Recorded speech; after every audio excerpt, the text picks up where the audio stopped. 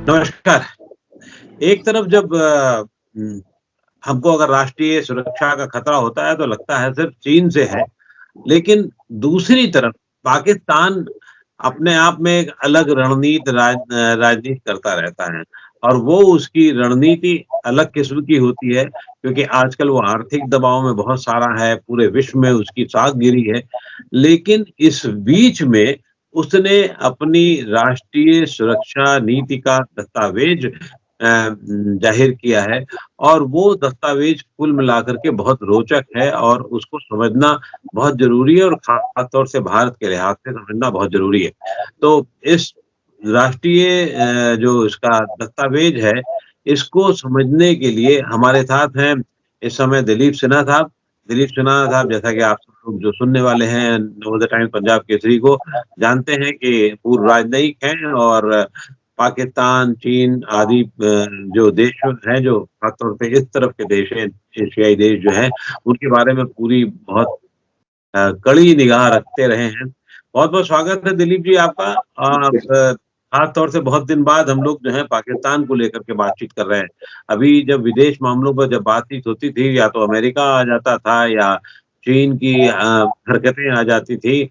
लेकिन पाकिस्तान ने जो अभी राष्ट्रीय सुरक्षा नीति दस्तावेज जाहिर किया है, जो खुलासा किया है उसका, उसको आप किस संदर्भ में देखते हैं और आखिर उसकी क्या ज़रूरत आप आन पड़ी थी उसको कि सुरक्षा नीति दस्तावेज उसने जाहिर किया और ख़ास तौर से एक बात और भी यहाँ ध्यान दिलाने वाली है कि चीन ने भी इसी तरीके का दस्तावेज पिछले कुछ महीने पहले किया था। जी, दिलीप जी। हाँ, नमस्ते आपको जी। हाँ, आपने वाक़ई ठीक कहा कि ये बड़ा रोचक दस्तावेज है ये, जिसे पाकिस्तान ने जारी किया है। अभी तक इस प्रकार की नीति जो विश्व की बड़ी शक्तियाँ हैं, रूस, चीन, अमेरिका, यूरोप ने भी किया, ईयू ने किया है, तो ये बड़ी शक्तियाँ किया करती थीं। अब पाकिस्तान ने इस प्रकार के एक दस्तावेज जारी किया है, तो उसके लिए और ये पहला है पाकिस्तान का। तो ये एक तो रोचक बात ये है कि उसमें क्या लिखा गया है और दूसरा कि आज की तारीख में क्यों जारी किया है पाकिस्तान ने। पाकिस्तान के जो राष्ट्रीय सलाहकार हैं, सुरक्षा सलाहकार प्रधानमंत्री के इमरान खान के, मोईद यूसुफ साहब, वो एक एकेडमिक व्यक्ति हैं, शिक्षा के क्षेत्र से आए हैं और पिछले कई वर्षों से इमरान खान के साथ इस क्षेत्र में उनके सलाहकार के रूप में रहे हैं। उन्होंने कहा कि उन्होंने 2 बातें कही जब उन्होंने जारी किया इसे। एक कहा कि ये एक कंसेंसस डॉक्यूमेंट है, आम सहमति का डॉक्यूमेंट है, इसमें सिविल मिलिट्री दोनों की सहमति हुई है। ये एक संक्षेप का डॉक्यूमेंट है, संक्षिप्त डॉक्यूमेंट है जिसमें कि जो विस्तृत बातें हैं कि क्या एक्शन पॉइंट्स होंगे वो गुप्त रखी गई हैं और ये केवल एक संक्षेप में एक जारी किया गया है जनता की सूचना के लिए। तो जो लोग विस्तार से देखना चाहते हैं कि पाकिस्तान क्या नीति अपनाना चाहता है और क्या कदम उठाएगा, वो उसको नहीं मिलेगा इसमें। लेकिन हाँ, एक ब्रॉड पॉलिसी इससे दुनिया को देखने को मिलेगी, विशेषकर पाकिस्तान के लोगों को। और उन्होंने ये भी कहा कि ये बनाने में इस पर काम 2014 से चल रहा था, यानी कि पिछली सरकार से इस पे काम चल रहा था और उसके बाद फिर लेकिन उसमें पाकिस्तान ने कभी उस पर आखिरी कदम नहीं उठाया और उसे जारी नहीं किया, जो कि मोहम्मद यूसुफ साहब ने किया है। तो अब सवाल उठता है कि ये इस वक्त क्यों जारी किया गया है। तो मेरे विचार में जैसा कि आपने कहा कि इस वक्त पाकिस्तान एक आर्थिक परेशानी से गुजर रहा है और उस परेशानी में उसे IMF के पास जाकर लोन लेने की जरूरत है। तो मेरे विचार में मोहम्मद यूसुफ साहब ये चाहते हैं या पाकिस्तान ये चाहता है कि एक ऐसा दस्तावेज जारी करें कि जिससे IMF को ये संतुष्ट किया जा सके, आश्वस्त किया जा सके कि पाकिस्तान सामाजिक और आर्थिक क्षेत्र को महत्व देता है और पाकिस्तान की जो छवि रही है अभी तक कि पाकिस्तान एक मिलिट्री स्टेट है जिसमें कि मिलिट्री ही हावी रहता है। तो IMF जब किसी देश को लोन देता है तो वो दबाव डालता है उस देश पर कि देश अपनी आर्थिक नीति को सुधारे, अपनी अर्थव्यवस्था में स्ट्रक्चरल रिफॉर्म करे और दूसरा कि वो सामाजिक क्षेत्र, शिक्षा और स्वास्थ्य पर पूरा ध्यान दे। तो इसका बहुत विस्तार से और बहुत जोर देकर इसका वर्णन किया गया है नेशनल सिक्योरिटी पॉलिसी में। तब सवाल उठता है कि ये जो सोशल सेक्टर की जो पॉलिसी है उसे नेशनल सिक्योरिटी पॉलिसी में क्यों डाला गया है? और यहीं पर आता है पाकिस्तान का मिलिट्री स्टेट होने का की जो समस्या है कि अभी तक पाकिस्तान में जो भी पैसा बचता था सरकार के पास आता था, उस पर पहला दावा आर्मी का हुआ करता था। मिलिट्री पहले अपना सारा पैसा ले लिया करती थी, उसके बाद कुछ पैसा बचता ही नहीं था जो कि जनता के पास शिक्षा या स्वास्थ्य में जा सके।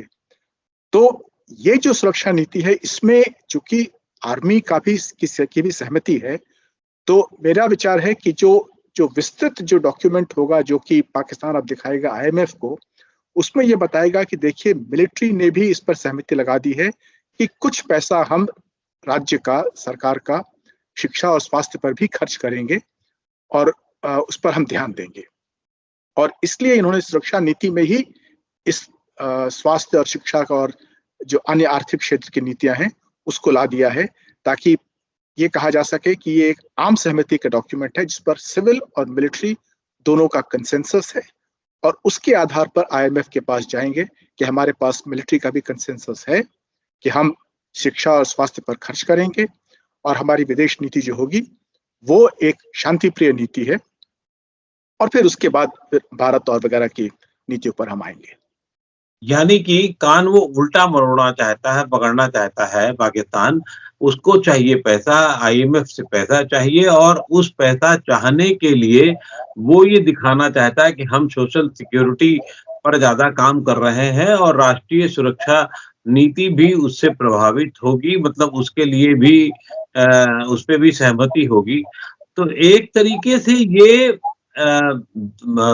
एक तरफा एक नजर में ये नहीं लगता कि ये दुनिया को धोखा देने वाला दस्तावेज है, या पाकिस्तान के इस तरीके के दस्तावेज पर कौन विश्वास करने जा रहा है? आज क्या स्थिति ऐसी है कि पाकिस्तान हू केयर्स से ऊपर ज्यादा उड़ जा रहा है, या पाकिस्तान की कोई चिंता करने वाला है भी या नहीं है? नहीं, इस वक्त तो पाकिस्तान की जो दस्तावेज जारी हुआ है, इस पर मेरे ख्याल से पाकिस्तान में ही कोई खास किसी ने टिप्पणी नहीं की है। कुछ लोगों ने तो बिल्कुल ही इसे डिसमिस कर दिया है कि ये बिल्कुल इसका कोई महत्व नहीं है। भारत में कुछ लोगों ने इस पर टिप्पणी की है और कुछ बड़ी रोचक टिप्पणियां हुई हैं। उन्होंने कहा है कि देखिए पाकिस्तान अब अपनी सुरक्षा नीति में सामाजिक क्षेत्र को, सोशल सेक्टर को और आर्थिक विषयों को पर जोर दे रहा है, इसलिए पाकिस्तान अब भारत की तरफ मैत्री का हाथ बढ़ा रहा है। तो इसलिए भारत को इसको खुलकर दिखना चाहिए और इसमें भारत को भी इससे प्रसन्नता होनी चाहिए। लेकिन ये तो अलग बात है कि भारत की नीति उसकी पाकिस्तान की बदली है या नहीं बदली है। लेकिन जहां तक विश्व का सवाल है, उसमें IMF से बातचीत करने के लिए निश्चित रूप से पाकिस्तान की सरकार के पास एक दस्तावेज होगा हाथ में, जिस पर कि पाकिस्तान की फौज की भी मुहर लगी हुई है कि पाकिस्तान की सरकार के पास ये मैंडेट है आर्मी से कि वो सोशल सेक्टर पर खर्च कर सके। नहीं, बात वो ठीक है कि वो उसको ये दिखाने के लिए एक दस्तावेज होगा कि सोशल सेक्टर पे, क्योंकि IMF है तो IMF सोशल सेक्टर पे, सोशल सिक्योरिटी पर ज्यादा जोर देता है, और वो ये कह रहा है कि हमारे पास जो पैसा होगा वो सोशल सिक्योरिटी पर भी खर्चा होगा, और राष्ट्रीय सुरक्षा नीति भी इसे परमिट करती है, यानी कि सेना या बाकी लोग भी जो वहां पर मायने रखते हैं वो परमिट करते हैं। अब सवाल ये है कि इस दस्तावेज में कुछ अजीबोगरीब बातें हैं। अजीबोगरीब बात इसलिए कह रहा हूं मैं, कश्मीर पर इसमें बामशक्कत 112-13 शब्द हैं। सुरक्षा नीति की बात हो रही है और कश्मीर पर बहुत कम बात हो रही है। तो इसको आप किस नजरिए से देखते हैं? कश्मीर पर जो भारत ने पिछले 2 साल पहले फैसला, 1.5 साल पहले फैसला किया था, अगस्त 19 में जो जम्मू कश्मीर को दर्जा बदलने की जो बात की थी, उसमें भी इसकी कोई बात नहीं की गई है, ना ही उसको रिवोक कराने की मांग की गई है। इसका मतलब वो स्वीकार करता है उसको। तो भारत इस दस्तावेज को किस तरह ले? भारत क्या कहे कि अच्छा ये पुरानी बोतल में नई शराब है वाला हिसाब किताब है, या इसको क्या समझा जाना चाहिए कि कश्मीर पे भी आप बात नहीं कर रहे हैं, बात राष्ट्रीय सुरक्षा की है और उसकी बात नहीं कर रहे हैं। और इसी तरीके क्या ये माना जाए कि इमरान खान एंड कंपनी जो है, वो कश्मीर मामले को छोड़ देने को राज़ी है या क्या है जो मोहम्मद मतलब जो मोइस यूसुफ साहब हैं, ये क्या कहना क्या चाहते हैं? देखिए, ये अटकल कुछ लोग यहाँ लगा रहे हैं कि चूंकि कश्मीर पर सिर्फ एक पैराग्राफ है जिसमें कि 112 या 113 शब्द, जैसा आपने कहा है, बहुत संक्षेप में कहा गया है, इसलिए क्या पाकिस्तान कश्मीर का जो महत्व है वो कम कर रहा है। अब वो उतना बड़ा मुद्दा नहीं रहा जितना कि पहले था। और जैसा कि आपने कहा कि आर्टिकल 370 को जो रद्द किया गया भारत में, उस पर पाकिस्तान अब ये नहीं कह रहा है कि पहले उसे वापस लो बातचीत करने के लिए। तो ये बात निश्चित रूप से है कि पाकिस्तान, इसे जिक्र है आर्टिकल 370 का, लेकिन ये नहीं कहा गया है कि बातचीत उसको वापस लाने पर ही निर्भर करेगी। लेकिन मुझे ऐसा कोई संकेत नजर नहीं आ रहा है कि पाकिस्तान भारत की ओर इस दस्तावेज में दोस्ती का हाथ बढ़ा रहा है।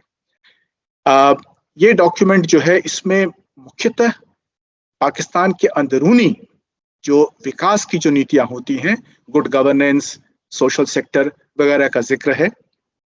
मजेदार बात यह है कि पाकिस्तान में जो पूरे दस्तावेज में 48 पेज का दस्तावेज है, उसमें जो जनरल पैराग्राफ्स हैं, एक तो स्पेसिफिक पैराग्राफ है जिसमें कि विशिष्ट देश के साथ जो द्विपक्षीय संबंध है पाकिस्तान के, उसका जिक्र है, जैसे पाकिस्तान हो या ईरान हो, अफगानिस्तान हो, अमेरिका हो, ब्रिटेन हो वगैरह का है। तो उसके अलावा जो जनरल पैराग्राफ हैं, उसमें कहीं किसी देश का जिक्र नहीं है सिवाय भारत के। भारत का जिक्र 4-5 दफा आता है अन्य नीतियों में, और जहां जहां भी भारत का जिक्र है वो नकारात्मक जिक्र ही है, आक्रामक जिक्र है। भारतीय इंडियन हेजेमोनी की बात हुई है। आपने कहा कश्मीर में जो भी 112 113 शब्द हैं, वो बड़े कड़े शब्द हैं कि भारत कश्मीर में नरसंहार कर रहा है, वॉर क्राइम्स कर रहा है, जेनोसाइड कर रहा वगैरह वगैरह। और भारत को जो इस समस्या को सुलझाना चाहिए संयुक्त राष्ट्र के प्रावधानों और उसके प्रस्तावों के अनुसार।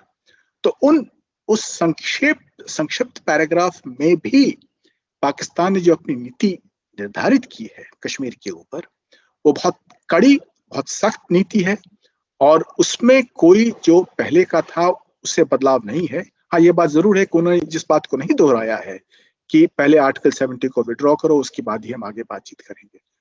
लेकिन बहुत संक्षिप्त डॉक्यूमेंट है, तो इसलिए हमें ये नहीं मान के चलना चाहिए कि अगर एक शब्द उसमें नहीं है तो वो उससे नीति में कोई परिवर्तन आता है।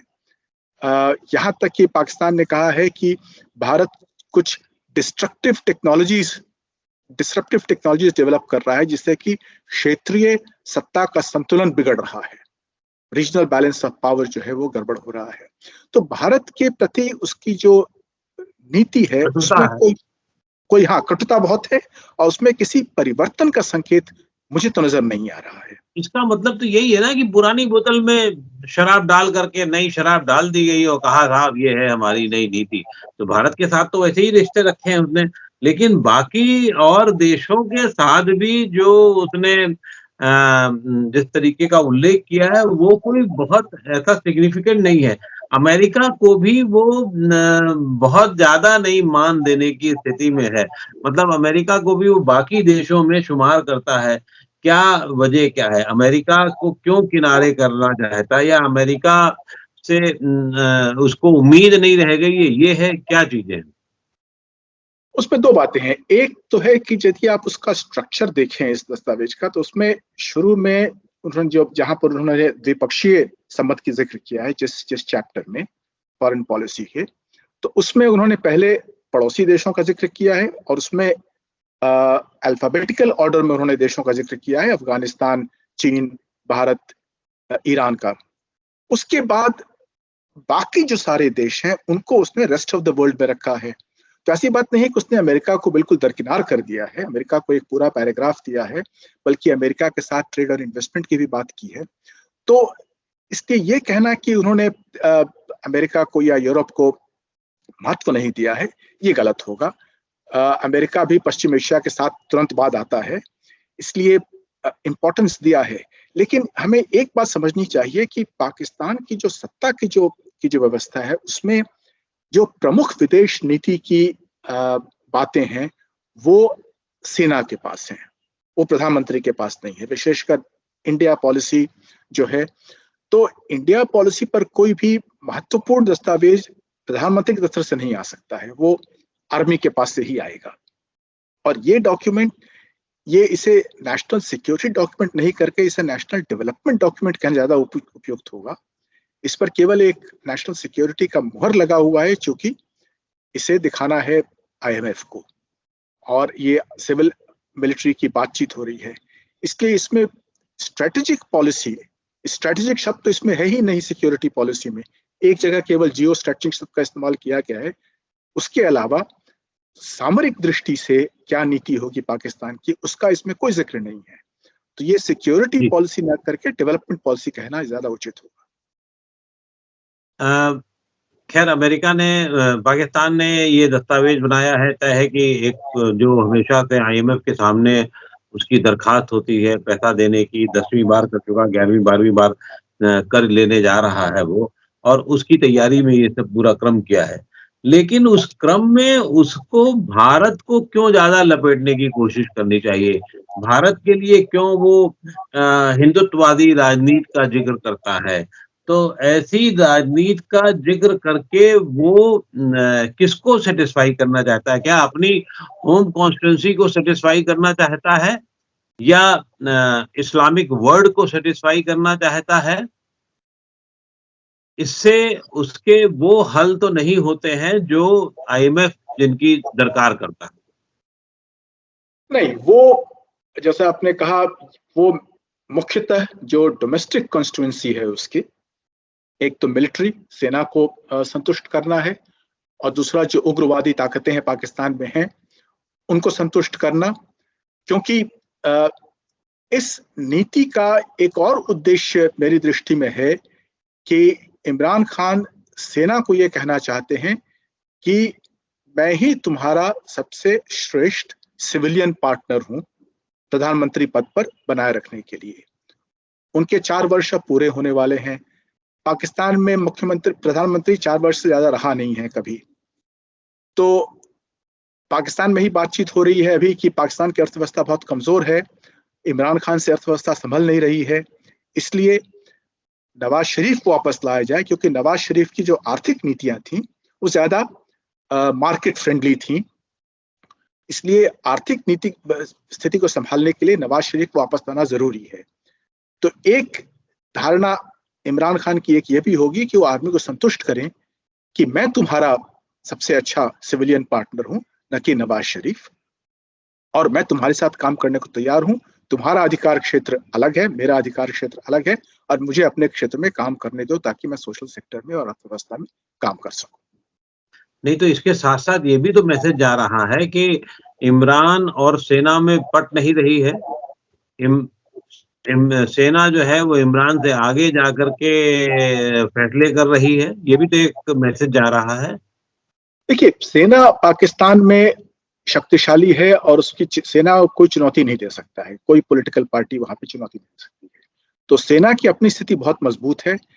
पॉलिटिकल पार्टियों को कोशिश करनी पड़ती है कि सेना को खुश रखें ताकि उसे सत्ता से बाहर नहीं निकालें। जैसे आज बातचीत हो रही है कि सेना के साथ लोग बातचीत कर रहे हैं कि भाई सेना मुख्य प्रधानमंत्री को निकालकर नवाज शरीफ को ले आए, और प्रधानमंत्री की कोशिश है कि वो किसी तरीके से सत्ता में बने रहें। और उसके लिए उन्हें 2 बातें करनी है, एक तो आईएमएफ को संतुष्ट करना है ताकि वो लोन दे सके, और दूसरा जो उग्रवादी ताकतें हैं और जो सेना है उनको कहे कि इमरान खान भारत के विरुद्ध एक कड़ा और सख्त रुख अपनाएंगे, और जो भी नीति अमेरिका सेना की रहेगी या उग्रवादियों की रहेगी उसका समर्थन करेंगे। तो क्या ये माना जाए कि अभी की स्थिति में कि इमरान की सियासत और लोकप्रियता जो है वो बिल्कुल अब उतार पर है, और उससे उबरने के लिए ये सुरक्षा नीति दस्तावेज लाया गया है? हाँ, इसमें तो कोई शक नहीं है कि इमरान खान की जो लोकप्रियता है वो बहुत कमजोर हुई है। अब बहुत तरह के वहां पे समस्याएं उभर रही हैं और उन्हें डर है कि जैसे उनके 4 साल पूरे होंगे उसके आसपास उन्हें निकाला जा सकता है। और वैसे भी नवंबर में बाजवा का कार्यकाल पूरा होगा, तो उस समय सेना में भी सेनाध्यक्ष की बात आएगी।